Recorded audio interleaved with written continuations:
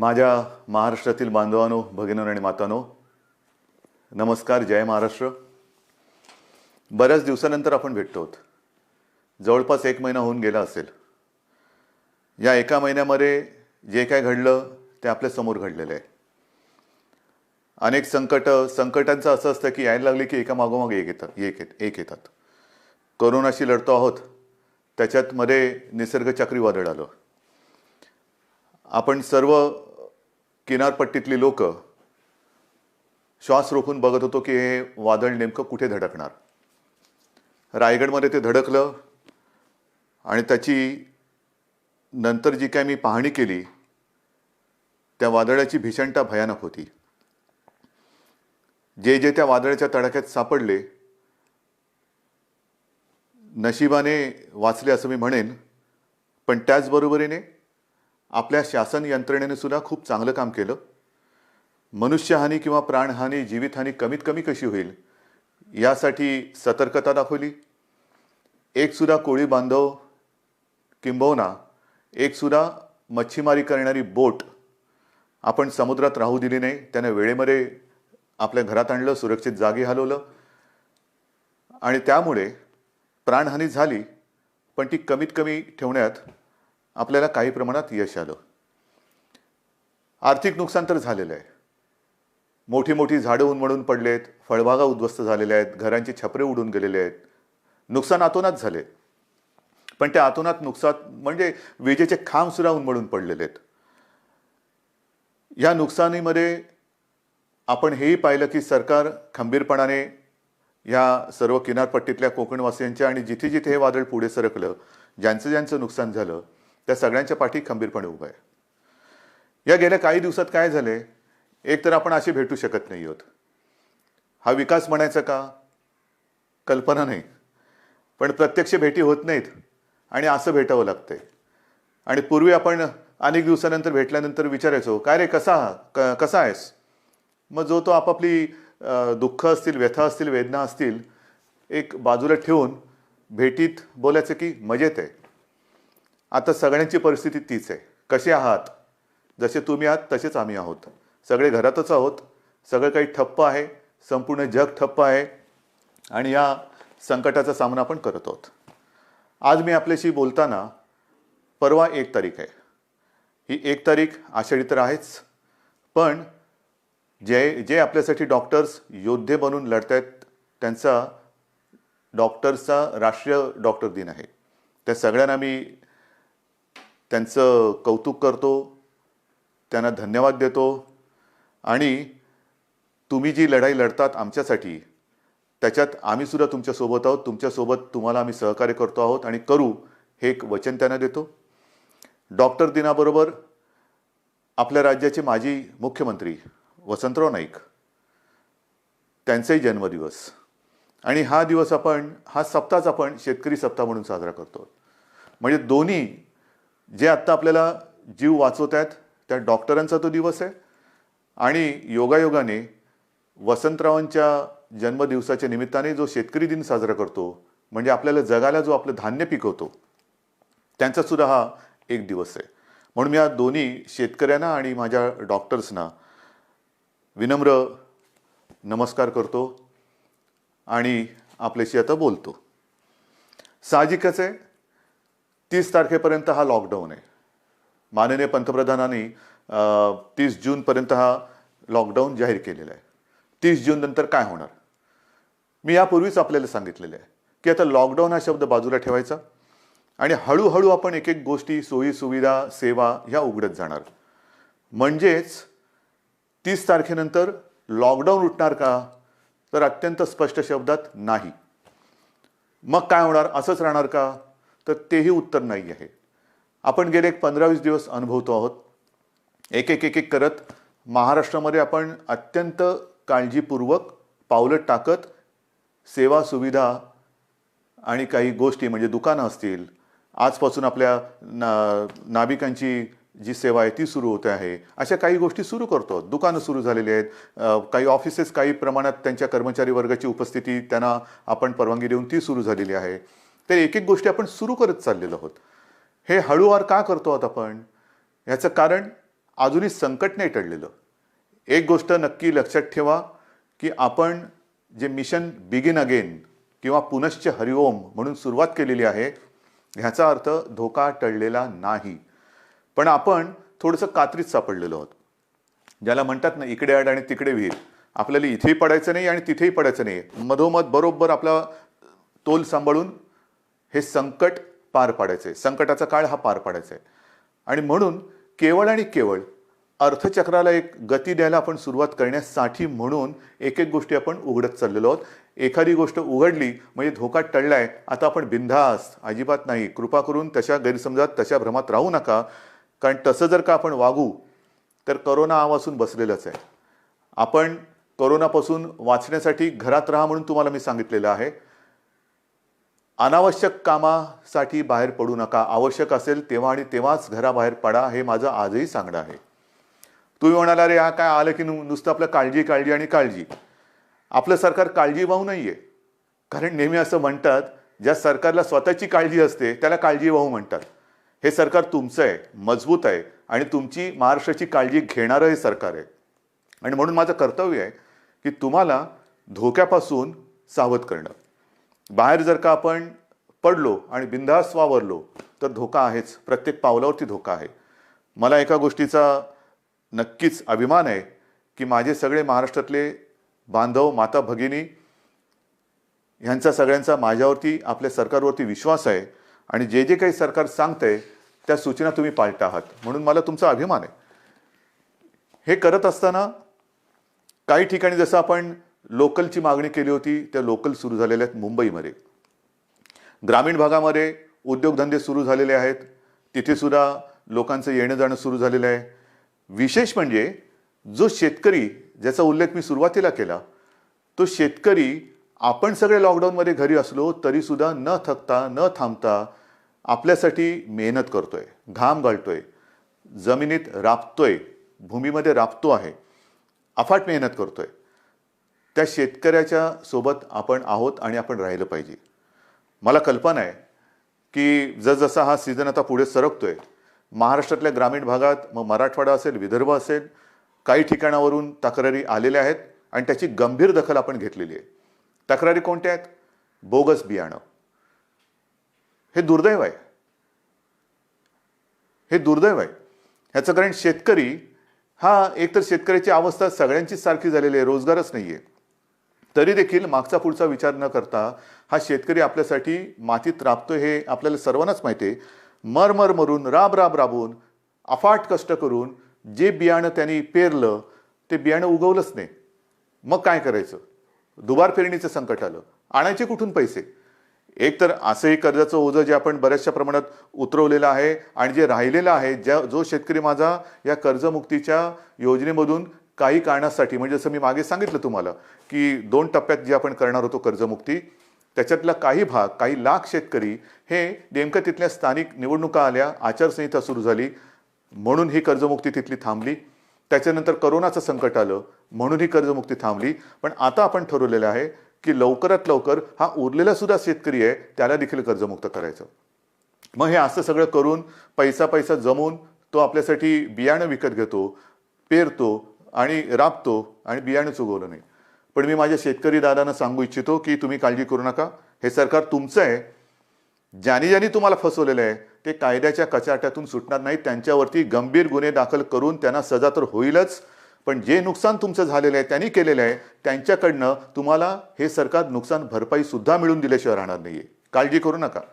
हे सरकार म्हणजे असं बेवारशाचा कारभार नाहीये, कोणी यावं आणि माझ्या महाराष्ट्रातल्या जनतेला फसवून जावं, अजिबात नाही चालणार. ज्यांनी शेतकऱ्यांना फसवलेलं आहे त्यांना शिक्षाही होणार, त्यांना शिक्षाही करणार. आणि म्हणून मला असं वाटतं की एक संधपणा जो आपल्यामध्ये आहे तो फार महत्त्वाचा आहे. मला विशेष धन्यवाद आणखीन सर्व धर्मियांना द्यायचे आहेत, सर्व धर्मीय. मग त्याच्यामध्ये माझे हिंदू आलेच, मुस्लिमही आले, ख्रिश्चनही आले, शीख पंथी आले, सगळेच आले. ह्याचं कारण मी मागे आपल्याशी बोललो होतो. साधारणतः शिमगा म्हणजे होळी झाली, शिमगा झाला आणि कोरोनाची बोंबाबोंब सुरू झाली, ती अजूनही कायम आहे. सगळ्यांनी, मग तो ईद असेल, मग आपली रामनवमी असेल, आता तर मुख्य म्हणजे आषाढीची वारी, आषाढी एकादशी आता परवा आहे, मी चाललोय. पण सगळ्यांनी आपल्याला एक सामाजिक भान ठेवून हे उत्सव अत्यंत शिस्तबद्ध पद्धतीने जसं सरकार सांगते तशा पद्धतीने ते आता साजरा हा शब्द विचित्र आहे, पण घरातल्या घरात का होईना साजरा करतात. सगळ्यांनाच धन्यवाद दिले पाहिजेत. आपल्या परंपरा आहेत. आषाढी एकादशीची परंपरा, वारीची परंपरा ही किमान 700-800 वर्षापूर्वीपासूनची आहे.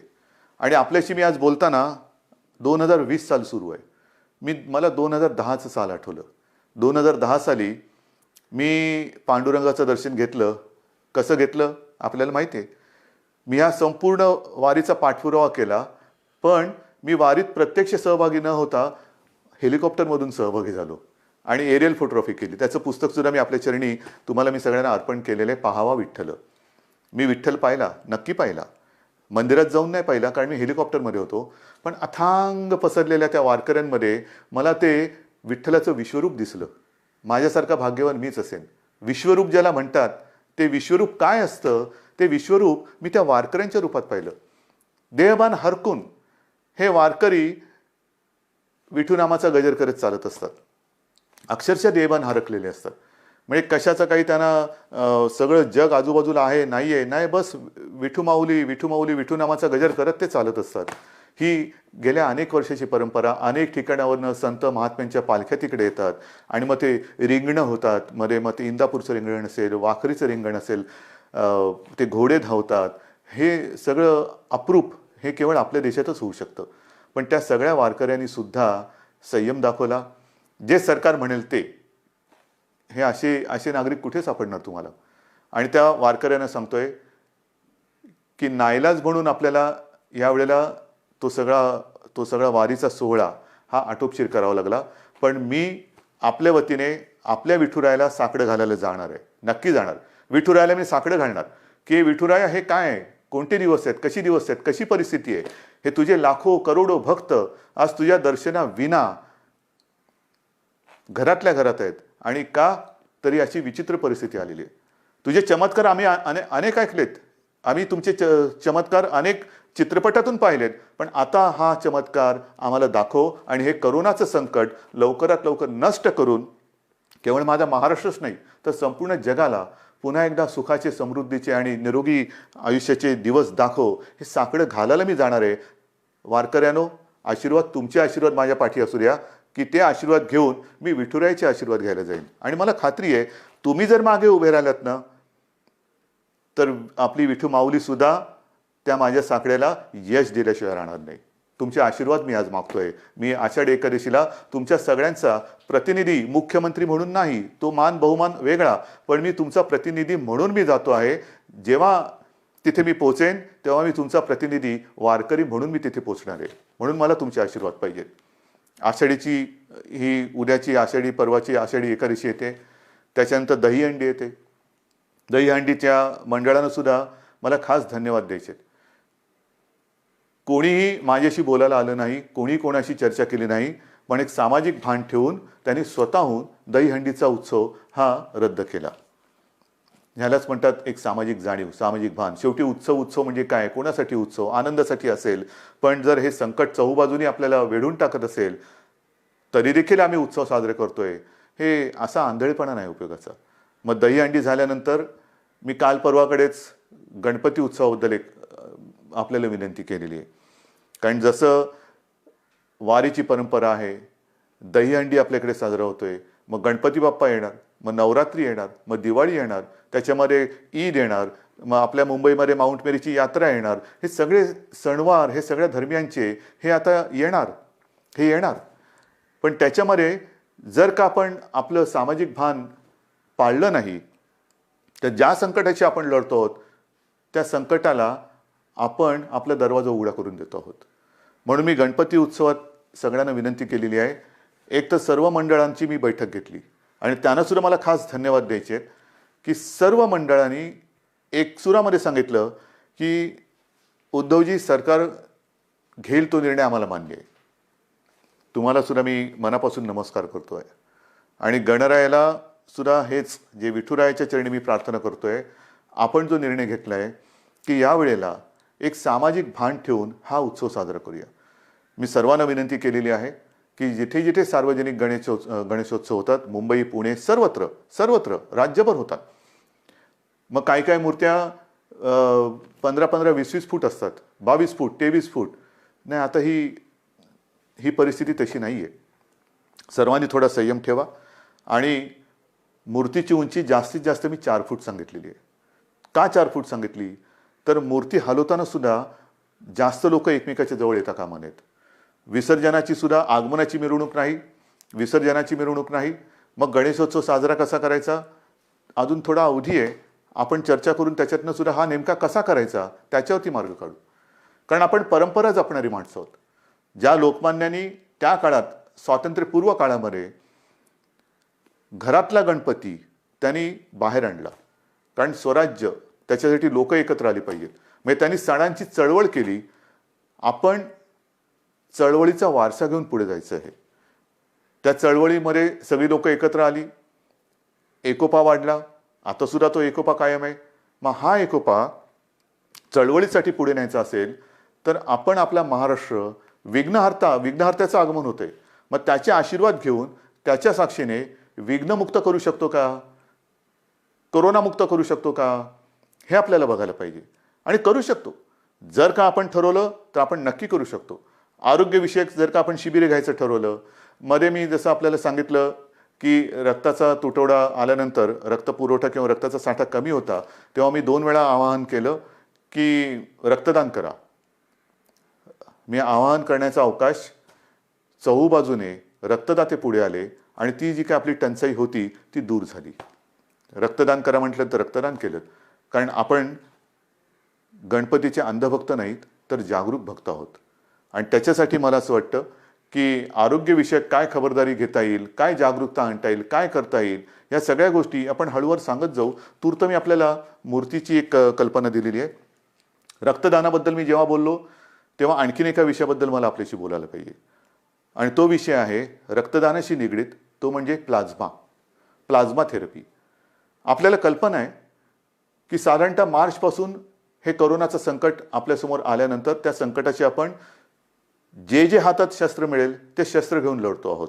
मग लॉकडाऊन असेल, लॉकडाऊन, ट्रॅकिंग ट्रेसिंग असेल तेही करतो आहोत, चाचण्या वाढवतो आहोत. चाचण्या वाढवल्यानंतर उपचार पद्धती. आणि मी नक्की सांगेन, अभिमानाने सांगेन की आपला महाराष्ट्र, आपली मुंबई, जे आपले डॉक्टर्स आहेत, जो आपला टास्क फोर्स आहे, उपचाराच्या बाबतीमध्ये जगाच्या बरोबरीने आपण चाललेलो आहोत. कुठेही एक सूतभर सुद्धा जगाच्या पाठी आपण नाही. चहूबाजूला आपली नजर आहे. कोणत्या देशात काय चालले, या देशात काय चालले, कोणते उपचार होत आहेत, कोणते औषधे होत आहेत. म्हणजे गेल्या आठवड्यामध्ये सहज मी बसलो असताना मला मेसेज आले. BBC मध्ये एक बातमी होती, ब्रेक थ्रू डेक्सामेथाझॉन हे नवीन औषध सापडलं. मी टास्क फोर्सच्या डॉक्टरना फोन केला. ते म्हणाले, उद्धवजी हे औषध आपण गेले 2 महिने आवश्यकतेनुसार वापरतोच आहोत. म्हणजे आपण हे औषध वापरतोच आहोत. मग प्लाझ्मा थेरपी सुद्धा आपण साधारणतः मार्च-एप्रिलपासून सुरू केलेली आहे. पण आज मला अभिमानाने एक गोष्ट सांगावीशी वाटते की सुरुवातीला आपल्याकडे 1-2 ठिकाणीच प्लाझ्मा थेरपी आपण वापरत होतो. आजपर्यंत साधारणतः असं धरा की 10 जणांवरती आपण उपचार केले असतील तर जवळपास 9 जण त्याच्यात बरे झालेत, 7 जण तर जवळपास बरे होऊन घरी पण गेलेले आहेत. म्हणजे प्लाझ्मा थेरपी सुद्धा उपयोगी पडते. आणि त्याच्यासाठी उद्याच एका गोष्टीचं आपण लोकार्पण करतो आहोत. जे करतो आहोत ते तळमळीने करतो आहोत, मनापासून करतो आहोत आणि आवश्यकतेपेक्षाही थोडे जास्त करण्याचा आपला प्रयत्न आहे. आणि उद्या आपण एक गोष्ट अशी करतोय की कदाचित, मी कदाचित शब्द वापरतोय, कदाचित देशातलं सगळ्यात मोठं प्लाझ्मा थेरपी देणारं आपलं राज्य ठरेल. प्लाझ्मा थेरपीचा वापर करणारं आपलं राज्य ठरेल. कारण आपण ही केंद्र वाढवतो आहोत. पहिल्यांदा 2 होती, त्याचा विस्तार आपण करतो आहोत. उद्या कदाचित देशातलं सगळ्यात प्लाझ्मा थेरपीचा वापर करणारं पहिलं राज्य ठरेल आपलं. पण हे सुविधा झाल्या. मला जे खास करून ज्यांना कोरोना होऊन जे सुखरूप बरे होऊन घरी गेलेत त्यांना एक विनंती करायची. रक्तदान हे कसं, एक रक्तदान कोणी करू शकतो, पण प्लाझ्मा कोणाचं वापरू शकतो? रक्तगटाप्रमाणे तर तो वापरावा लागतोच. पण ज्यांना कोरोना होऊन जे बरे झालेत आणि ज्यांच्या शरीरात ती अँटीबॉडी तयार झालेली आहे, अशांचं रक्त घेऊन, त्यातनं प्लाझ्मा घेऊन त्या रक्तगटाच्या रुग्णाला जर तो प्लाझ्मा आवश्यकतेनुसार वापरला तर बऱ्याच रुग्णांचा प्राण आपण वाचवू शकता. आणि म्हणून खास करून मला जे रुग्ण बरे होऊन घरी गेलेले आहेत त्यांना विनंती करतो आहे की कृपा करून आपण पुढे या. आमच्या शासकीय विद्यालयांना जी वैद्यकीय विद्यालय आहेत त्यांना संपर्क करा, शासकीय डॉक्टर्स आहेत त्यांना संपर्क करा आणि आपण जसं रक्तदान करतो रक्तदानच करायचं आहे, पण तसं प्लाझ्मा दान करा की जेणेकरून आपण वाचलात, आपल्या माध्यमातून आणखीन काही जण वाचू शकतो. ह्यालाच तर आपण एकत्रितपणा म्हणतो, ह्यालाच तर आपण एकजूट म्हणतो आणि ती आपल्या रक्तामध्ये आहे. आणि ती मी मागेही म्हटलं होतं, लढणं हे आपल्या रक्तात आहे आणि जेव्हा रक्ताचा तुटवडा होता तेव्हा रक्तदान करून हा लढाऊपणा आपण सिद्ध केलाय. आता हा पुन्हा एकदा सिद्ध करण्याची नव्हे, पण त्याच्या आवश्यकतेनुसार वापर करण्याची गरज आहे. बांधवांनो आणि माता भगिनींनो, एक गोष्ट नक्की आहे की जसं मी औषधाच्या बाबतीत तुम्हाला सांगितलं की कोणत्याही औषधाच्या बाबतीत आपण पाठी नाही आहे. सुरुवातीपासून जी औषधं आपल्याला वाटतात की वापरली पाहिजेत, म्हणजे आता सगळीकडे रेमडेसिवीर कितीला मिळणार, रेमडेसिवीर मिळणार की नाही, रेमडेसिवीरची किंमत काय होणार, मग फॅविपिरावीर, म्हणजे जशी जशी नावं येतात तसं त्याचा बोलबाला होतो. पहिला होता तो एससीक्यू हायड्रॉक्सिक्लोरोक्विन, मग त्याचा एक हे झाला, ते आपण वापरतोय, आवश्यकतेनुसार वापरतोय. रेमडेसिवीर वापरतो आहोत, टॉझिलिझुमॅब वापरतो आहोत, आयव्हरमेक्टिन वापरतो आहोत, डॉक्सी वापरतो आहोत. तुम्ही नाव सांगा, ती सगळी औषधं आपण इकडे वापरतो. परंतु ही औषधं वापरायला साहजिकच आहे आपल्याला केंद्र सरकारच्या त्या आरोग्य विभागाची परवानगी लागते. आणि मला एक गोष्ट आपल्याला सांगायची, साधारणतः एप्रिल शेवट किंवा मे असेल, मेची सुरुवात किंवा पहिला मध्ये असेल, आपण ह्या औषधाच्या उपलब्धतेसाठी पाठपुरावा सुरू केला, रेमडेसिवीर आणि फॅविपिरावीर, कारण तिथून परवानगी घ्यावी लागते. मग त्याच्यानंतर एका रुग्णांच्या ग्रुपवरती त्याची टेस्ट घ्यावी लागते.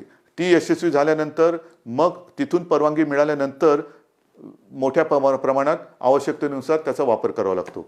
आता गेल्या आठवड्यामध्ये ह्याची परवानगी आपल्याला मिळालेली आहे, रेमडेसिवीर आणि फॅविपिरावीर. येत्या काही दिवसात याचा पुरेसा साठा हा आपल्याला उपलब्ध होईल. किमतीची पर्वा करू नका. शासकीय आणि निमशासकीय रुग्णालयामध्ये मी तर म्हणतोय की रेमडेसिवीर आणि ही औषधं आपण मोफत उपलब्ध करून देण्याच्या विचारामध्ये आहोत. पण पहिली गोष्ट ही उपलब्ध होत आहेत आता, म्हणजे कोणी काळजी करण्याचं कारण नाही आहे. कसं मिळणार आता आहे, अजून एक थोडे दिवस आपल्याला त्याच्या साठ्याबद्दल किंवा उपलब्धतेबद्दल आपण प्रयत्न करून ती उपलब्ध करून देतो आहोत. पण एकदा का हा साठा आपल्याकडे किंवा ज्याला म्हणतो ना पुरवठा व्हायला लागला की त्याचा कुठे मी तुटवडा पडू देणार नाही, ही तुम्हाला मी खात्री देतोय. रुग्णांची संख्या वाढणार. तुम्ही म्हणणार वाढणार म्हणजे काय, नाही तसं नाही आहे. ह्याला दोन गोष्टी आहेत. आपण अर्थचक्राला गती देण्यासाठी काही गोष्टी हळूहळू मिशन बिगिन अगेन म्हणून सुरुवात केलेली आहे. ये जा वाढली, भेटणं वाढलं, संपर्क वाढला आणि तो संपर्क वाढल्यानंतर साहजिकच आहे रुग्णांची संख्या ही सुद्धा वाढत चाललेली आहे. पण ही रुग्णांची संख्या वाढत असताना आपण टेस्टची संख्या सुद्धा वाढवतो आहोत आणि ती वाढवलेली आहे. म्हणून आता रुग्ण येण्याची वाट न बघता आपण व्हायरस पोचायच्या आत तिकडे पोहोचण्याचा प्रयत्न करतोय. चेस द व्हायरस ही एक नवीन संकल्पना मुंबईत सुरू केली, ती संपूर्ण राज्यभर आता आपण राबवत आहोत. Chase the virus. आणि त्याच्यासाठी रुग्णांची संख्या जरी वाढत असली तरी आपल्याकडे आरोग्य सुविधाही आपण वाढवत आहोत. औषधांची सुद्धा कुठेही टंचाई होणार नाही, औषधोपचार ते सुद्धा वाढवत आहोत. पण या निमित्ताने मला पुन्हा एकदा काही डॉक्टर्स जे आहेत, ज्येष्ठ डॉक्टर्स, मी समजू शकतो प्रत्येकाला जीवाची काळजी असतेच, पण काही ज्येष्ठ डॉक्टर्स जे 55-60च्या वरती आहेत पण अनुभव आहे त्यांना, 55-60च्या वरती आहेत आणि ज्याला आपण म्हणतो की हाय रिस्क, म्हणजे ह्या डॉक्टर्सना सुद्धा त्यांना सुद्धा सकाळ दुपार संध्याकाळ रात्र 24 तास ही रुग्णांची काळजी आहेच. तर त्यांना सुद्धा इतर काही व्याधी किंवा विकार आहेत, म्हणजे डायबिटीज असतील, किडनीचे विकार असतील, समजा दुसऱ्या काही आणखीन गोष्टी असतील, तर ते सुद्धा थोडेसे घाबरून हॉस्पिटलमध्ये जात नाही आहेत.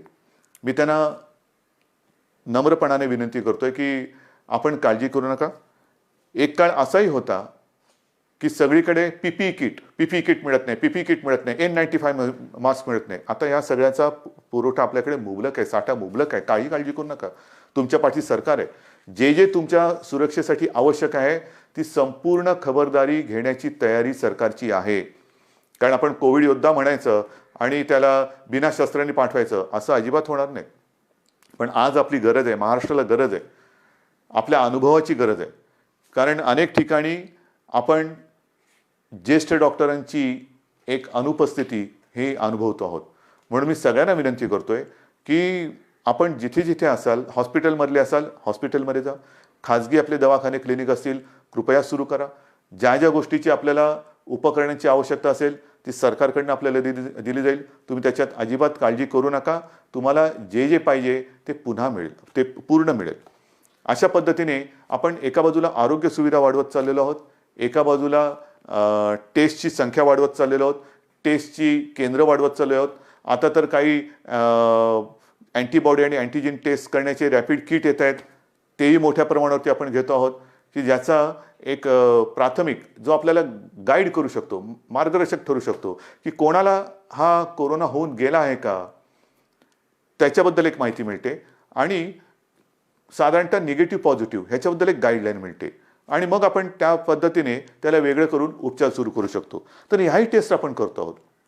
ह्याचं कारण असं की आता पावसाळा सुरू झालेला आहे. पावसाळा सुरू झाल्यानंतर नवीन अंकुर येतात, कोंब येतात, पालवी फुटते, हिरवगार होतं, सगळं हिरवे हिरवे गार गालीचे सगळीकडे पसरलेले दिसतात. फार सुखद असं दृश्य असतं. पावसाळा जसं एक नवीन जीवन घेऊन येतो तसंच प्रत्येक ऋतू हा त्याचे काही चांगले आणि काही विचित्र गोष्टी घेऊन येत असतो. पाऊस म्हटल्यानंतर ह्या 2-3 बैठका गेल्या काही दिवसात झालेल्या, त्याच्या आधी झालेलं, जसं निसर्ग चक्रीवादळ आलं त्याच्या तयारीची बैठक, जास्त पाऊस पडणार आहे का, मग कुठल्या भागात पडणार आहे, पूर येऊ शकतो का, त्याची तयारीची बैठक. म्हणजे पाऊस आला, आनंद हा घेऊन येतो, नवजीवन घेऊन येतो, पण कुठेतरी नैसर्गिक आपत्ती घेऊन येतो. पूर आला नाही तरी काही ठिकाणी अतिवृष्टीमुळे इतर रोगराई येते. मग त्याच्यात मलेरिया आला, डेंग्यू आला, लेप्टो आला, डायरिया आला, सर्दी खोकला आला आणि त्याच्यासोबत कोरोना आहे. मग काय करणार, ह्याची सुद्धा तयारी आपली सुरू आहे.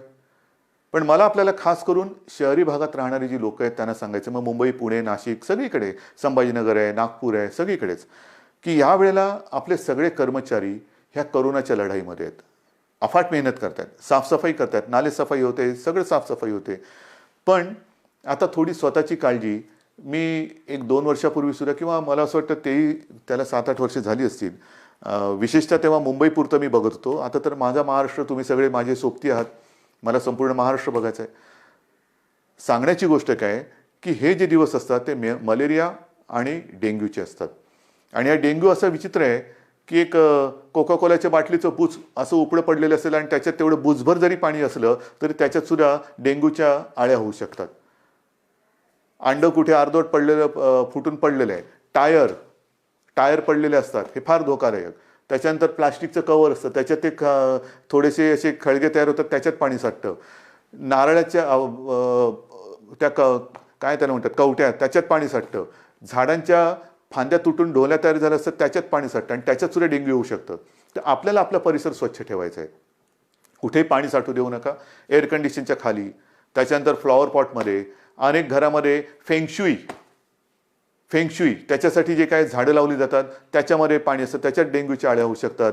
तर ह्या सगळ्या गोष्टींपासून आता आपल्याला खबरदारी घ्यायला पाहिजे. कारण एका मागोमाग एक संकटाची मालिका ही आपल्याला आता तोडायलाच पाहिजे.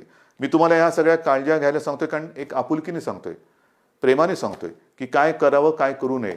आज सुद्धा मी जेव्हा बघतोय की अनेक ठिकाणी, मुंबईत असो, शहरात असो, पुण्यात असो, ग्रामीण भागात असो, काही ठिकाणी अरे आता झालं सगळं. नाही, झालेलं काही नाहीये, झालेलं काही नाहीये. भाजीवाले बसलेत, तिकडे सुद्धा गर्दी होते, तोंडावरती मास्क नाही, हात कुठेही लावतायत, चेहऱ्याला हात लागतायत. आपणहून कोविडला बळी पडू नका, आपणहून पडू नका. ह्या ज्या प्राथमिक ज्या काही गोष्टी आहेत ना, ह्या जर का आपण पाळल्या, म्हणजे बाहेर फिरताना तोंडावरती मास्क लावणं, एकमेकांपासून अंतर ठेवणं. मी सुरुवातीला सांगितलं होतं की मॉर्निंग वॉकला आपण परवानगी दिलेली आहे, सकाळचा व्यायाम करायला परवानगी दिलेली आहे. तो आरोग्यासाठी दिलेली आहे, आरोग्य सुदृढ व्हावं म्हणून दिलेले आहे, आजाराला बळी पडण्यासाठी नाही आहे. तर ह्या काही गोष्टी ह्या आपल्याला पाळाव्या लागतील. जशा काही गोष्टी आपण ओपन करत चाललेलो आहेत तशा ह्या केसेस वाढत आहेत आणि काही ठिकाणावरून माझ्याकडे विचारणं होते की आम्हाला ह्या भागामध्ये पुन्हा लॉकडाऊन करण्याची परवानगी द्या. लॉकडाऊन करायचं का? मी आपल्याला प्रश्न विचारतोय, करायचं लॉकडाऊन? कारण हे तुम्ही ठरवायचे. जर गरज नसताना बाहेर पडलात आणि गर्दी केली आणि केसेस वाढायला लागल्या तर पुन्हा ये रे माझ्या मागल्या. मग एक एक गोष्टी आपण पुढे पाऊल टाकताना पुन्हा मागे नाही यायचं आता. म्हणून लॉकडाऊन करायचं की नाही ह्याचा निर्णय आता मी तुमच्यावर सोपवतोय. जर मला असं वाटलं की गर्दी वाढते, केसेस वाढत आहेत, तर मी प्रशासनाला सांगितलेलं आहे की अशा ठिकाणी जर का आवश्यकता वाटली, शक्यतो नको पण आवश्यकता वाटली तर मग पहिल्यासारखा लॉकडाऊन करण्याची गरज तिकडे पडू शकते. कारण कोरोना हा व्हायरस वस्त्या, एक एक वस्ती, जसं काही ठिकाणी तो शिखरावरती पोचला, खाली आला, पण वस्ती बदलली. काही ठिकाणी जिकडे अजून प्रादुर्भाव नाही आहे तिकडे सुद्धा गाफील राहून नाही चालणार. तर ह्या अशा काही काळज्या घेऊन आपल्याला ह्या पुढच्या काळाची वाटचाल करायची आहे. दरम्यान मी तुम्हाला सांगितलं की शेतकऱ्यांसाठी सुद्धा कर्जमुक्तीची योजना जी थोडी काही भागात अपूर्ण राहिली ती आपण पूर्ण करतोय. बोगस बियाण्यामुळे फसले गेलेले शेतकरी त्यांच्या पाठीशी आपण उभे राहतो. आता 30 जूनला प्रधानमंत्री गरीब कल्याण योजना ह्याच्यामध्ये खास करून जे भगवं रेशन कार्ड ह्यांना अन्नधान्य देण्याची जी योजना आहे तिची मुदत संपते. बिना रेशन कार्ड म्हणजे ज्यांच्याकडे रेशन कार्ड नाही त्यांना अन्नधान्य देण्याची योजना संपते. मी गेल्या 8-10-15 दिवसापूर्वी जेव्हा प्रधानमंत्र्यांची व्हिडिओ कॉन्फरन्स होती तेव्हा स्वतः ही मागणी केलेली आहे की 30 तारखेला ही मुदत संपते, धान्य देण्याची मुदत संपते आहे, कृपा करून आणखीन 3 महिन्यासाठी आम्हाला वाढवून द्या. कारण अजूनही हे संकट गेलेलं नाही, उलट केसेस वाढत आहेत. त्याच्यामुळे ही भगवं रेशन कार्ड असेल किंवा ज्यांच्याकडे रेशन कार्ड नाही यांना धान्य देण्याची जी काही योजना आहे प्रधानमंत्री गरीब कल्याण योजना ती आणखीन आम्हाला 3 महिने वाढवून द्या हे मी पंतप्रधानांकडे सांगितलेलं आहे. मला खात्री आहे की त्यांना सुद्धा व्यवस्थित सगळ्याची कल्पना आहे आणि ही कल्पना असल्यानंतर लवकरात लवकर आपल्याला त्याच्याबद्दल परवानगी मिळेल ही मला खात्री आहे. हे सगळं झालं चित्र हे आरोग्यविषयक. अर्थचक्राच्या बाबतीमध्ये आपण खचून गेलेलो नाही आहोत. मला एका गोष्टीचा अजून एक अभिमान आहे, नक्कीच आहे, की गेल्या 15 दिवसात महाराष्ट्राने जवळपास 16,000 कोटींचे सामंजस्य करार काही विदेशी कंपन्यांसोबत केलेले आहेत. 16,000 कोटी ही एक फार आपली जमेची बाजू आहे. म्हणजे या संकटामध्ये सुद्धा आपला महाराष्ट्र हा विविध गुंतवणूकदारांना आणि उद्योजकांना आपला वाटतोय हे फार महत्त्वाचं आहे. येत आहेत या गुंतवणूकदारांना कुठे आपण दरवाजे बंद ठेवलेले नाही आहेत. या माझ्या महाराष्ट्रात या, माझ्या विदर्भात या, माझ्या मराठवाड्यात या, माझ्या कोकणात या, माझ्या उत्तर महाराष्ट्रात या, पश्चिम महाराष्ट्रामध्ये या, जिथे तुम्ही म्हणाल तिथे तुम्ही या. जे जे काय तुम्ही कराल तुम्ही जरूर करा. तुमच्यासाठी आमच्या महाराष्ट्राची, देशाची आणि महाराष्ट्राची दारं उघडी आहेत. आल्यानंतर साहजिकच आहे अर्थचक्राला गती मिळाली पाहिजे, माझ्या स्थानिक भूमिपुत्रांना नोकऱ्या मिळाल्या पाहिजेत, रोजगार मिळाला पाहिजे. ह्या सगळ्या गोष्टींसाठी आपण नुसतं कोरोना एके कोरोना करत नाही बसलेलो आहोत. इतर सुद्धा काही ज्या गोष्टी आहेत, ज्या उद्योगधंद्याच्या बाबतीत असतील, विकास कामाच्या बाबतीत असतील, ह्याही गोष्टी, ह्याही आघाड्यांवरती आपण ती ऑफिसेस लॉकडाऊनमध्ये ठेवलेली नाहीत. आपला संपर्क सुरू आहे. सगळ्यांना आपण संपर्क करतो आहोत, त्यांच्या आवश्यकता समजून घेतो आहोत, आपण त्यांना काय देऊ शकतो त्याच्यावरती विचार करतो आहोत. काही अटी तटी शर्ती मी आल्यानंतर असं काही जणांना होतं नको तो बाबा महाराष्ट्र आम्ही चाललो परत, तसं नाही आहे. तुम्ही सांगा काय काय आम्ही करू शकतो, हे आम्ही करू शकतो, ते तुम्हाला मान्य असेल जरूर या. एकदा आलात की तुम्हाला कुठेही आडकाठी केली जाणार नाही. या पद्धतीने आपण जातो आहोत. मग ते पर्यटनाच्या बाबतीत असेल, उद्योगधंद्याच्या बाबतीत असेल, चहूबाजूनी आपण आपले प्रयत्न सुरू आहेत. याचं कारण असं की आपल्याला सर्वांना कल्पना आहे की आपलं अर्थसंकल्पीय अधिवेशन सुरू होतं. अर्थसंकल्प मांडला काय, नवीन स्वप्न घेऊन आम्ही तुमच्यासमोर आलो काय आणि अचानक हे संकट आल्यानंतर तेही अधिवेशन आपल्याला आवर्त घ्यावं लागलं. तर ही अशी सगळी परिस्थिती आहे. ह्या परिस्थितीचा मुकाबला करतो आहे. शिक्षणाच्या बाबतीत सुद्धा निर्णय तुम्हाला मी सांगितलेला आहे. तर सगळ्यांचीच काळजी घेतोय. शाळा सुरू होणार का, तर माझं म्हणणं आहे शाळा सुरू होणार का पेक्षा शिक्षण कसं सुरू होणार त्याच्यावरती आपण लक्ष देतो. मग ते शालेय शिक्षण असेल, महाविद्यालयीन शिक्षण असेल, सगळ्याच बाबतीत आहोत. तर असं एक एक एक एक एक गोष्टी आपण करत चाललेलो आहोत. मला खात्री आहे जसं जे सहकार्य तुम्ही आजपर्यंत मला केलं, सरकारला केलं, तसंच याही पुढे कराल. जे जे काय आपण करू ते मी तुम्हाला आधीच सांगितलेलं आहे की तुम्हाला न सांगता मी काही करणार नाही. लॉकडाऊन हा शब्द जरी मी वापरत नसलो तरी याचा अर्थ आपण परवापासून सगळं काही उघडतो आहोत असा गैरसमज करून घेऊ नका. आज देखील आपल्याला उलटं आज जास्त शिस्तीची गरज आहे. कारणाशिवाय बाहेर पडू नका. कारण आपण असं म्हणतो की ज्येष्ठ नागरिक म्हणजे घरातले आई वडील कोणी ज्येष्ठ सगळे आपले कुटुंबीय त्यांची काळजी घ्या, मुलांची काळजी घ्या आणि तरुणांनो बाहेर पडा. ह्याचा परिणाम असा होतोय की तरुणसुद्धा आता संक्रमित व्हायला लागलेले आहेत. आणि बऱ्याच ठिकाणी आजही म्हणजे आजसुद्धा एक गोष्ट चांगली आहे की 80% लोकांना लक्षणच दिसत नाही. पण लक्षण दिसले नाहीत याचा अर्थ त्याला प्रादुर्भाव झाला नाही याच्यातला भाग नाही.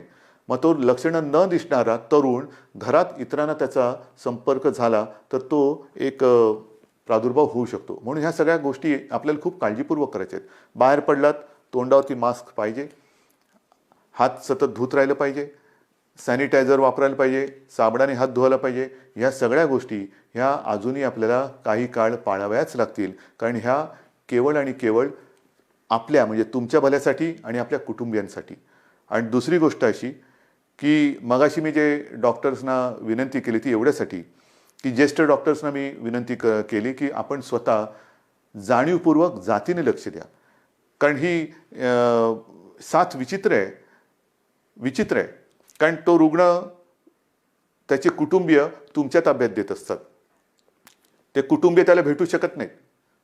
पण केवळ आणि केवळ तुमच्या भरोश्यावरती घरातली प्रिय व्यक्ती ही तुमच्या ताब्यात ते सोपवत असतात. तर त्यांच्याकडे आपण आपुलकीने प्रेमाने लक्ष द्या. आपण आपल्या कुटुंबातला म्हणून त्यांच्याकडे बघा. ही जर का आपली जवळीक साधली गेली ना तर माझं मत आहे की करोना वगैरे असंच निघून जाईल. तर हा जो काही दुरावा थोडा राहिला असेल भीतीपोटी ती भीती तुम्ही सरकारवरती सोपवा. तुम्हाला काय उपकरणं पाहिजे ती सांगा, सरकार तुम्हाला देईन. पण आता ह्या अंतिम टप्प्यात आपल्याला हे युद्ध अर्धवट सोडून चालणार नाही. इथपर्यंत आपण लढत आलेलो आहोत. आता जर का आपण गाफील राहिलो तर मग पुढे आपण जाऊ शकत नाही. अजूनही संकट टळलेलं नाही, धोका टळलेला नाही. पण हा धोका पत्करून जे करता येणं शक्य असेल त्या गोष्टी आपण हळुवारपणाने उघडत चाललेलो आहोत.